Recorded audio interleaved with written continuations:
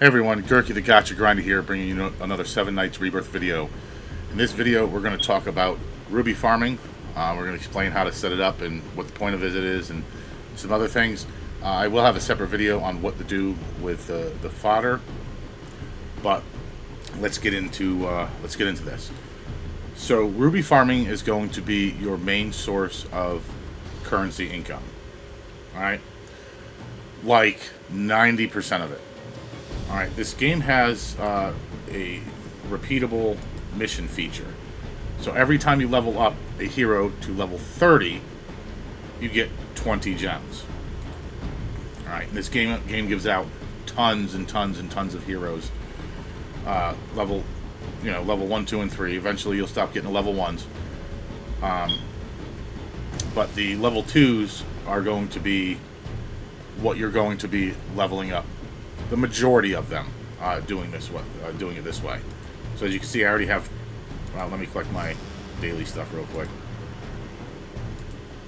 As you can see, I have 1,200 sitting there. So when you go over here to the adventure,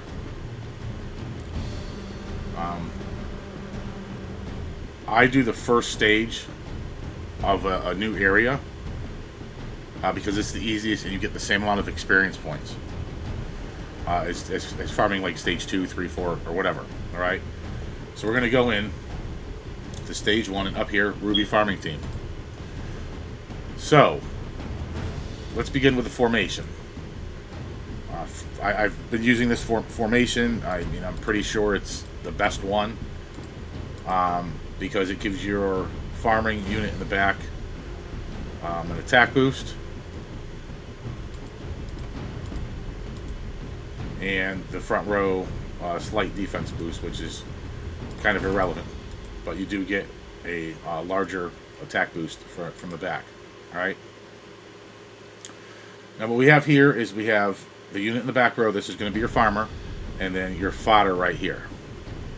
Alright, we're going to hit repeat battle, and we're going to go through, and we're going to explain to you how I set this up.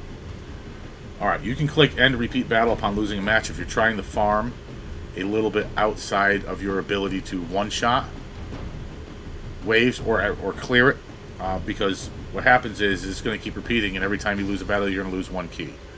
It might not sound like a lot, but if you're at 50% and you run it at 500 times, it's 250 keys. That's just going to be like 40-something runs that you're losing. Auto recharge, use key bundles. That's if you want to use the bundles that are in your inventory. They give 60 keys. This button right here, max, just however many keys you have, it'll automatically set the auto farming to the max. But like if I want to go all the way up here, I can do this, and it'll automatically use the key bundles, which I don't do, because if I'm not here when it ends, I would rather get some of the naturally occurring keys rather than just using the bundles right here. Auto replace heroes.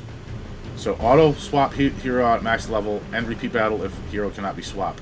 The bottom one is vitally important, or you'll be farming for literally nothing and just wasting keys. Auto replace star rank. You can hit all. I do 1, 2, and 3. I almost never have 1-star units anymore, but I do the 2 stars because these are your main source of gems. And you're going to be using the 2 and the 3 stars for enhancing infusement later. Switch in lowest star rank first. This is important. If you switch in highest rank, it's going to start with the level 30s. It's going to be just a lot longer to level all your units up. So auto team placement.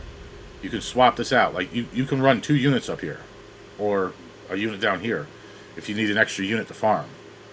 You don't necessarily have to have 1 unit. That's just the most efficient way to do it. Skill priority.